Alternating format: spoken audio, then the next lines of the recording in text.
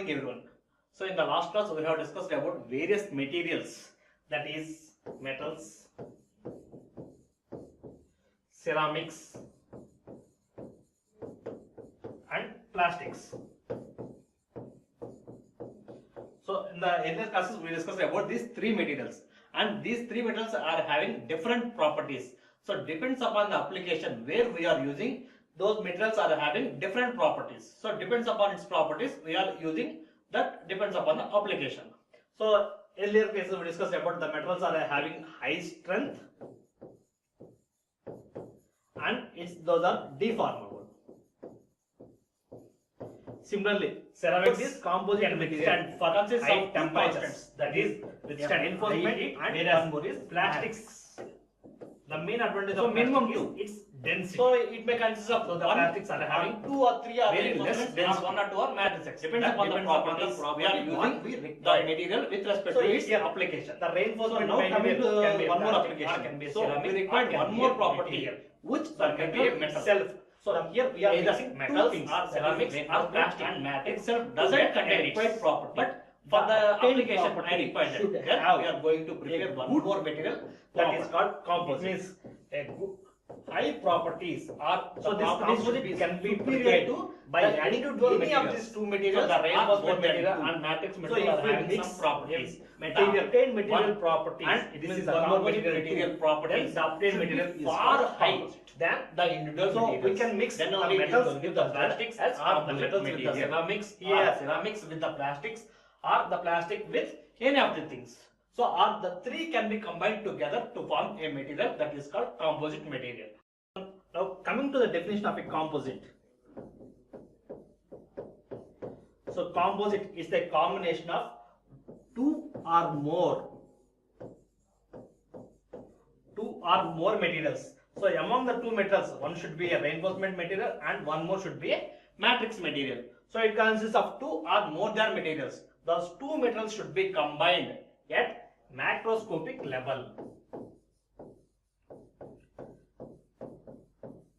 Should be combined at macroscopic level. So if those two metals are combined at microscopic level, then that is considered as alloy. So here the two materials, here we are mixing two things, that is reinforcement and a matrix material. Those two chemical and physical properties should be different. Physical and chemical properties. So the reinforcement should have different chemical property and the matrix material should have different physical property. Should have different chemical property, should have different chemical properties. So if both the materials, so the reinforcement and matrix should have same chemical properties and means same physical properties, then that comes under alloy. So if we mix two materials, iron and copper, then that is considered as an alloy. Both iron and copper both are having similar physical properties as well as chemical properties. Hence that is considered as an alloy. So if we require a composite material, the two materials should have different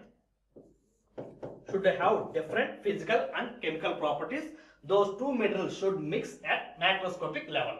So those two materials are mixing together to form an engineering material, or for the application we are preparing a composite. So this is the things what we learned yesterday. So now coming to the next thing. So today we are going to discuss about the advantages of the composites. So the main advantage is its low density. So as you know that if the composite is having low density, it means the weight is very less. The weight is very less, low density in the sense.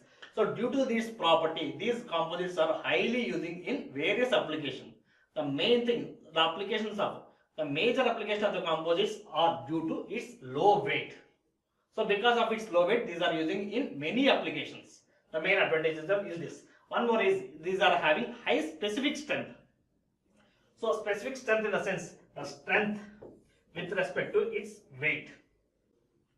So the material is these composites are having high strength with respect to its weight. So as I discussed earlier, these composites are having low density, it means low weight. So but those are giving high strength. So strength to weight ratio is none other than the specific strength. Next thing, this is having one more property that is called high specific stiffness.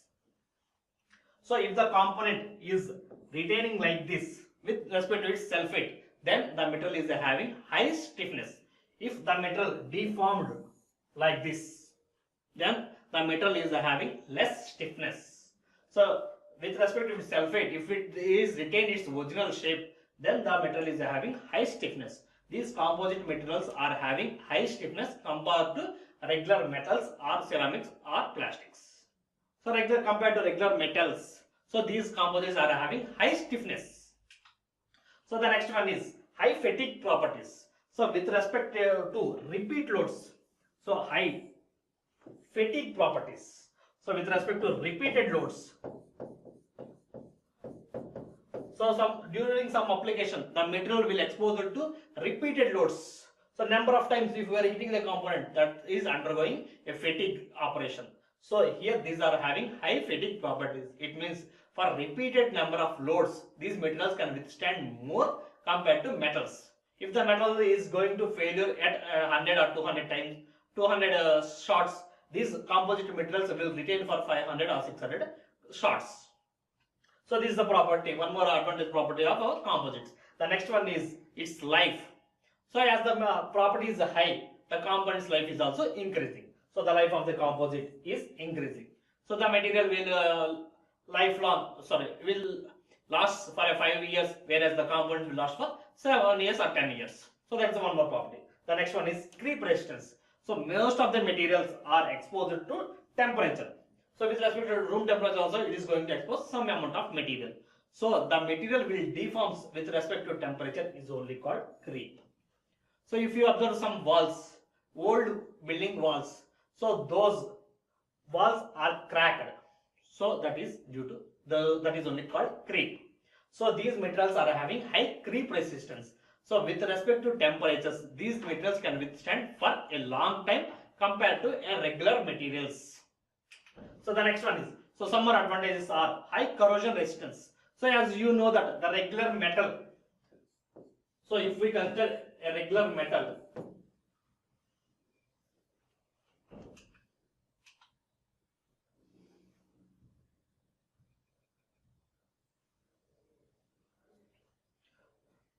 so high corrosion resistance. If you consider a regular material, it means an iron. So iron, as you know that iron is a high corrosive material. So easily it creates or it forms rust on the surface of the component when exposed to a chemical reaction or some moistures. So whereas our composites corrosion resistance is very high. So that those materials, the corrosion resistance is very high. These are having high corrosion resistance, so that our material will not be corroded, and it will, so that if the metal is not corroded, so that the life of the component will also be increases if it is an MMC. So metal matrix composites, so the life of the component is also increasing. The next is having high impact resistance. So the resistance to impact damage. So sudden loads are called impact loads. So if we suddenly hit a component, or you already did experiments in MOS lab. During the MOS lab, you have studied, you have learned the experiment. Now you are rising a pendulum for a certain height and you are releasing, so that the metal is going to break. So if we are applying a sudden load, these composites will give high resistance to that, so that it can retain for that loads also. The next one is that having low, so important, is the low coefficient of thermal expansion. So thermal expansion is none other than the material, if it is exposed to some amount of heat, the dimensions of the component. So initially if the dimension of the component is 10 mm, so if it is exposed to some amount of heat, then the material can expand so furtherly in both the directions. If it is exposing to heat, if it is exposed to heat, the component's dimension can be increased. Here the composites, thermal expansion of the composites is very less, so that the expansion as well as contraction is very less compared to other materials. So due to this property, so if the material, the thermal coefficient is very high, the material or the component will not stable in its original shape. So for example, if the component is is having high thermal coefficient, it means high coefficient of expansion, then one day at room temperature that will be at 25 mm. If it is having high, then if it is exposed to high temperatures, elevated temperature, then next day it means some 700 or 800 degrees centigrade. If it is near the furnace, then the component will expand some more thing, and it might be 26 or 27 mm. So the component is not stable. It means the component dimension is not retain its original shape, or they are not maintaining at a constant shape or size. So if the components are having low thermal expansion, the expansion and contraction of the components is very less, so that the stability of the component will be more. The next one is low thermal conductivity. As you know, thermal conductivity. So it means, it will not pass the temperature, heat, thermal things, so that the material is not exposed. Next, better wear resistance. So most of the components, if it is metals, they are exposed to some amount of rubbing action. So most of the machine components are movable. So due to the motor, or due to for example, if you take a lathe, so there are many rotary as well as linear movement components. So one of the surface is sliding on one more thing. So over a period of time, the component will wear and the dimensions of the components will be reduced, so that its performance can also be reduced. So if we are using a composite material, the wear resistance is high. So it means better wear resistance or high wear resistance, so that the component dimensions will be retained for a long time. So the material will not be reduced. The dimensions of the materials will not be reduced due to its rubbing action or wearing action, so that the life of the component will be more, so that the performance is also more. So the next one is better temperature dependent behavior. So the materials, as you earlier discussed, that if the material is exposing to some amount of temperature, the dimensions will varies. So here depends upon the component, so depends upon the temperature, it will behave, depends upon the application. So earlier case we discussed about some shape memory alloys. So in the earlier class we discussed about the shape memory alloys. So that shape memory alloy is regaining its original shape if it is exposing to some temperature. Here also depends upon the temperature, that material will behave dependently. So these are the various advantages of our composites. So next one. So this is one of the application of our composite. Here the Boeing is a passenger carrying flight. So here the used materials are indicated with different colors for different materials. Here the glass fibers are indicated with green, whereas carbon sandwich are indicated with light blue color, and aluminum sheets, regular metals, are indicated with yellow. Here this glass fiber is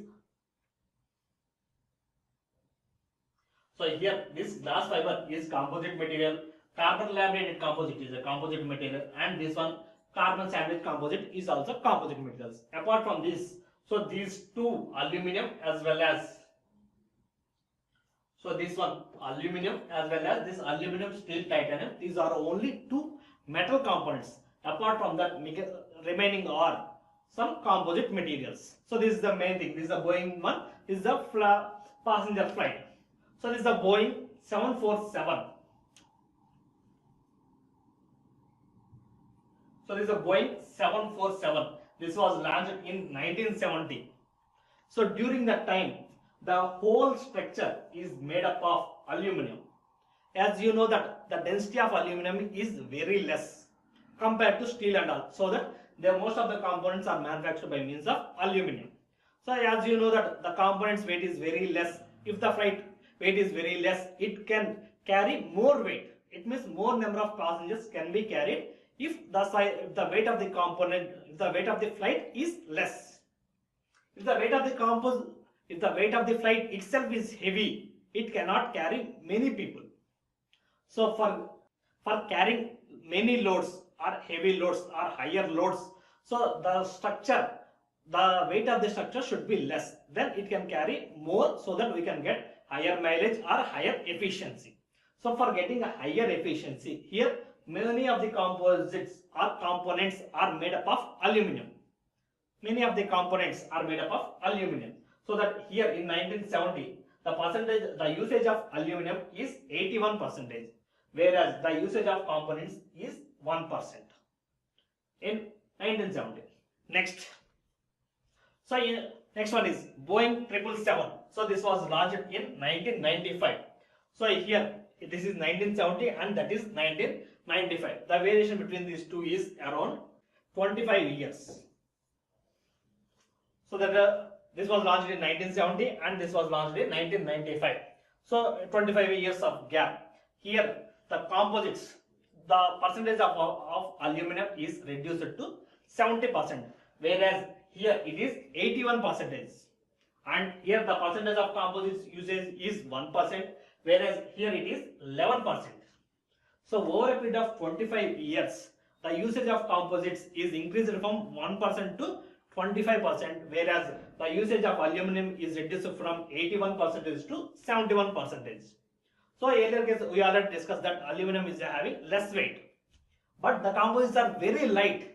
That also we discussed in the advantages slide. So the main advantage of the composite,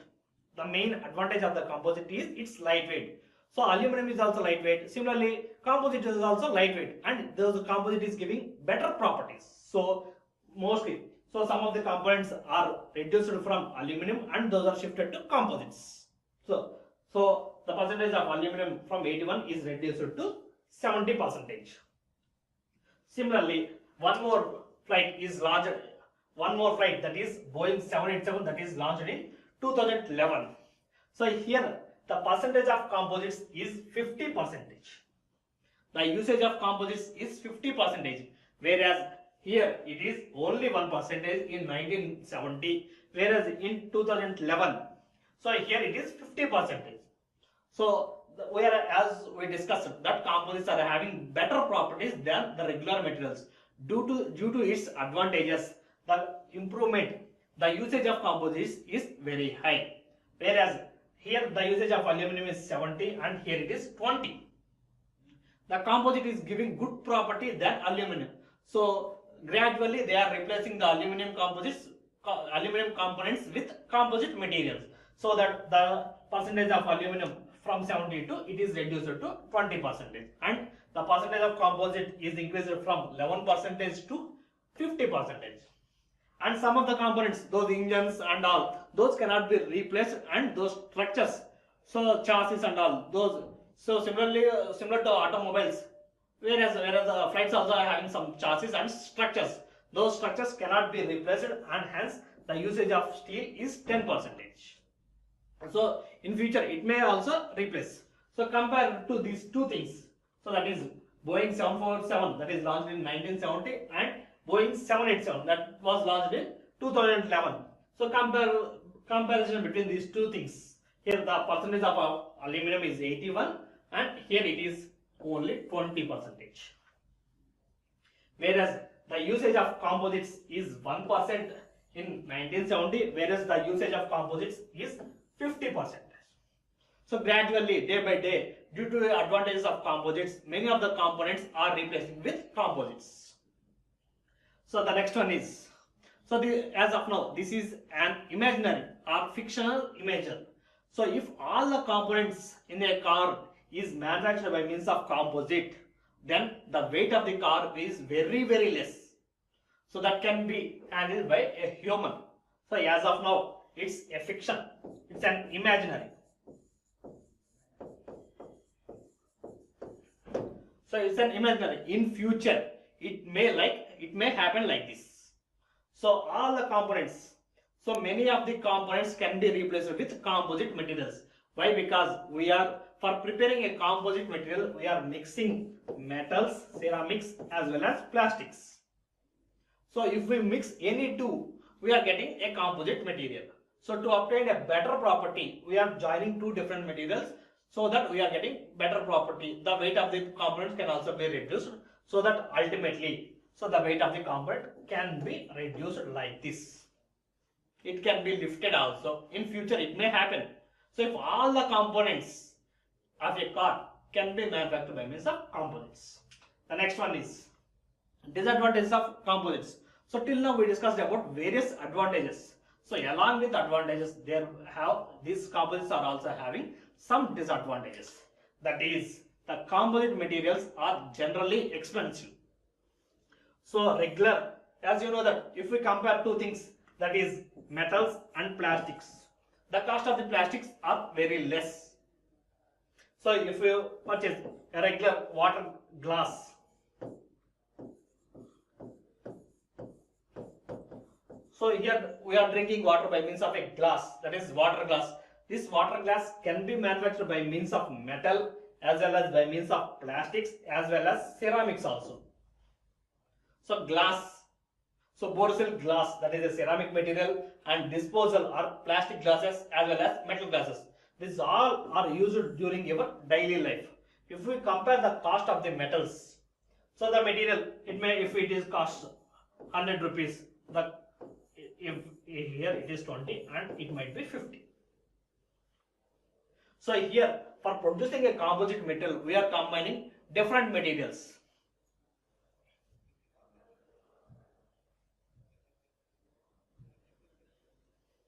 So for producing a composite metal, we are combining different materials, so that the cost of the materials is expensive.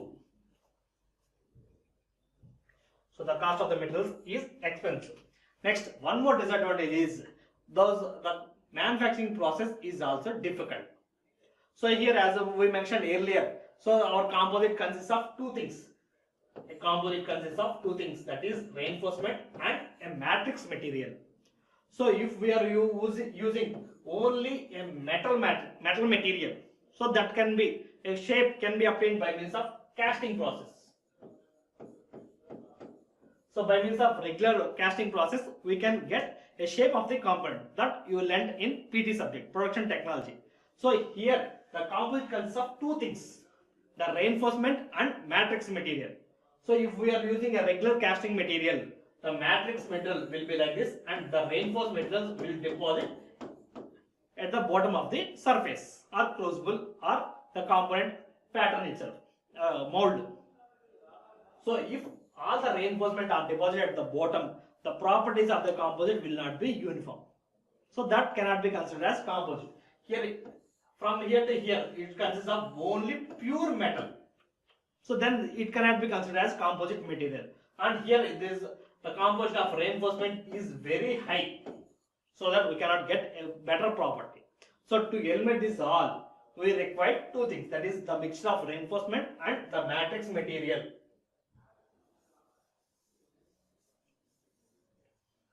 So now we require a process in which the metal as well as the reinforcement should be combined and it should be a homogeneous mixture.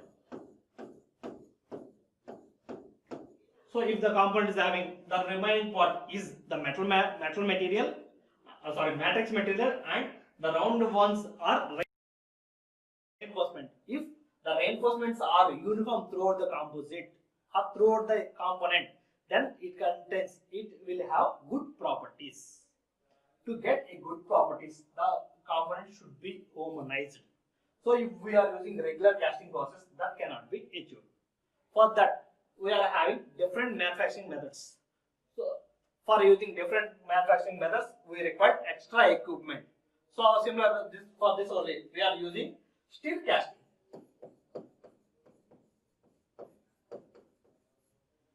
So steel casting is one of the methods for manufacturing MMCs. So here by means of steel casting, we are stirring the metal matrix.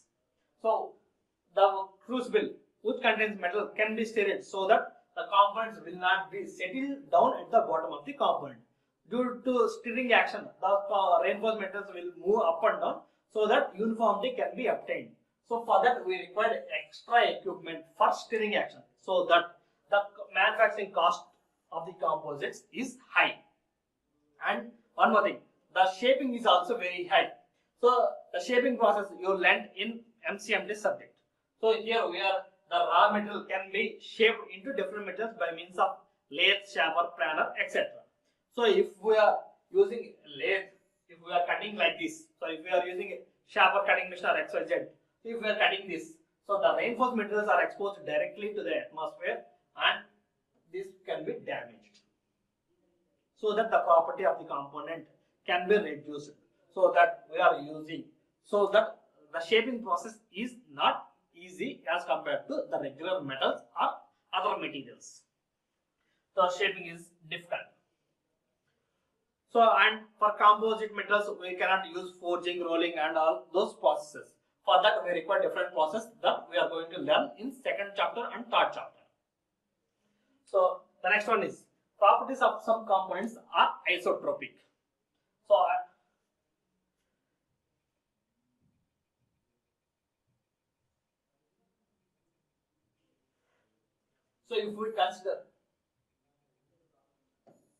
if we consider a pillar having number of rods, so those are mixed with a gravel.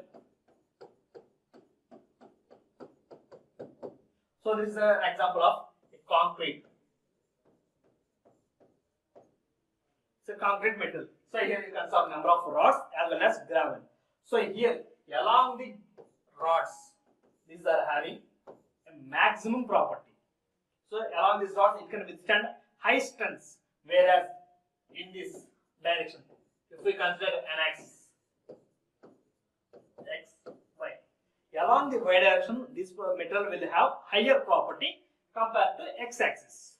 So if we subject the component to in this direction, then it will fail earlier compared to one more direction, compared to in y direction. So it means, so the property of material in x direction is somewhat some, and in y direction is different. In both x and y direction, the properties are not uniform. That is only called anisotropic. So the properties of the two components, the properties in two directions are different. So if we test the component in one more direction, along this direction, the property will differ. So if we consider a steel or an iron, the iron is a homogeneous material and the composition is uniform throughout the component. If we test in this direction, it will give the same property if we test in opposite direction also. So in x direction, it will give a property. The same property can be obtained in y direction also, whereas this cannot be possible in composites. So in the fibers, that gives high strength, whereas opposite to or transfers to our fibers, it gives less properties. So if the component is giving different properties, then that is called anisotropic materials. So here this is the chart for comparison. So here we can see different materials. This is a steel. So this is a steel, regular material. So steel, regular metal, and here this one is, this is a composite material, and these all are composite materials. If we compare the steel with a composite material, the tensile modulus of steel is 200, whereas for silicon carbide is also 200. Similarly for tensile strength, it is 2.8, and here it is also 2.8. Both the metals steel and silicon carbide are having same properties. And coming to its density, so the density of our steel is 7.8, whereas for silicon carbide it is only 2.8. So here for composite, the density is very less. So here for metal, the density of the steel is 7.8, and here the density is 2.8. For the same tensile modulus, so here it is also giving 200 GPa, and this is also 200 GPa. Finally, but the density is 7.8 and 2.8. So due to its light weight, due to its less weight, the composites are highly preferable compared to steels.